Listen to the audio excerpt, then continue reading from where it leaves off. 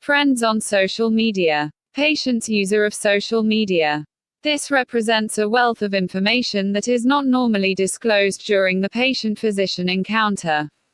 However, you're right to be cautious when it comes to interacting with patients using social media. Although some shared banter on mutual interests can help build rapport between physicians and patients, excessive self-disclosure is unlikely to be helpful within the clinical setting, and will lead to boundary violations, sexual or otherwise. Also, what if you probably did discover a photograph of your patient, whom you only referred for gastric bypass surgery, competing during a donut eating contest? Would it be appropriate to bring that up at an office visit? What if the patient didn't intend for you to ascertain it?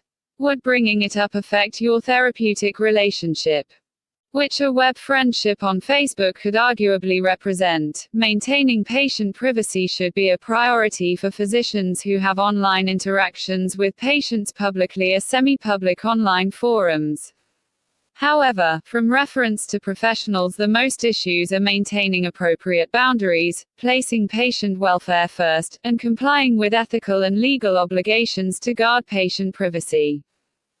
Many people who use Facebook, including physicians, share personal information on the profiles, including off-the-cuff comments, personal photos, links to favorite websites, and even play-by-play documentation of the Facebook activity. These data hold true no matter which social media platforms teens use. Social media versus real life. There are hidden motivations behind tons of the actions we take online, especially so with social media.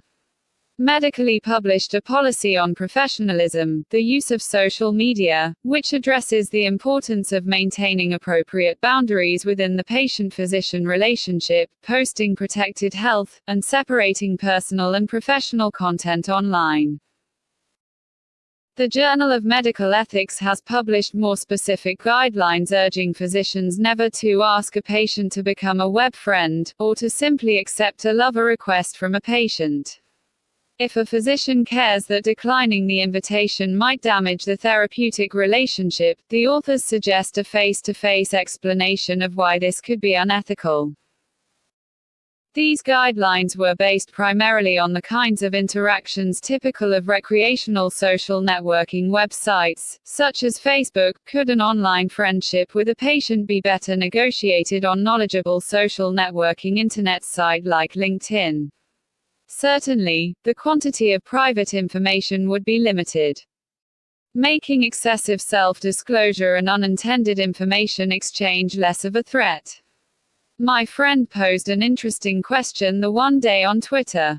A physician could unwittingly disclose protected health information while communicating online with patients.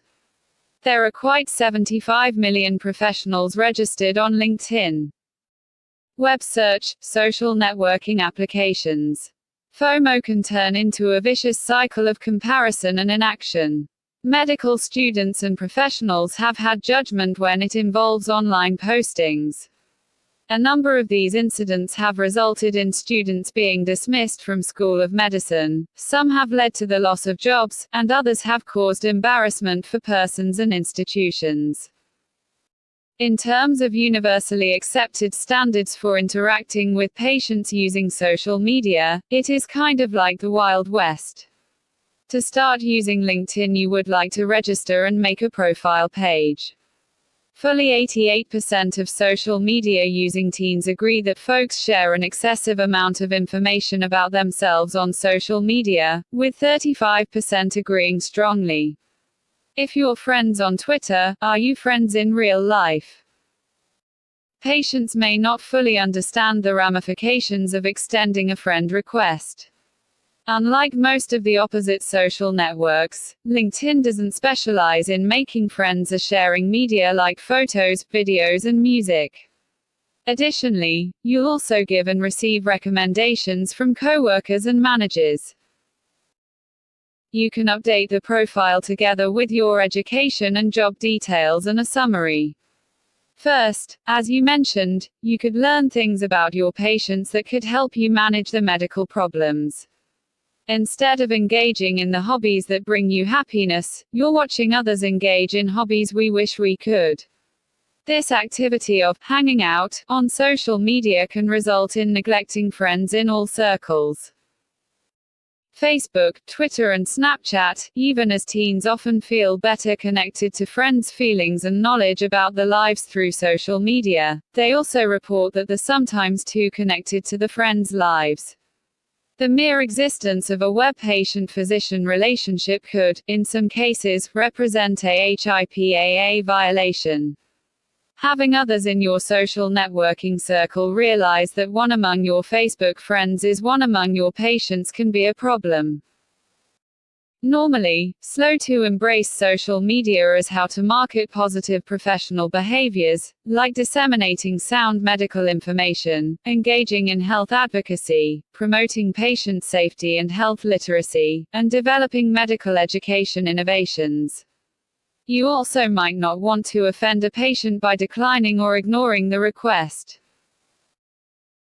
Although there is still concern for privacy violations, this might be a reasonable option for physicians who have weighed the risks and benefits, and who wish to stay connected with patients on social networking websites.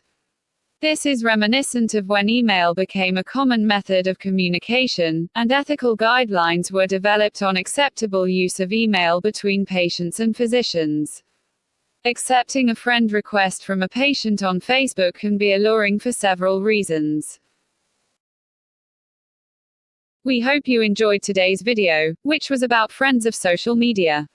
We will continue to bring you informative videos. Like our video and subscribe to our channel Street Life. Thank you.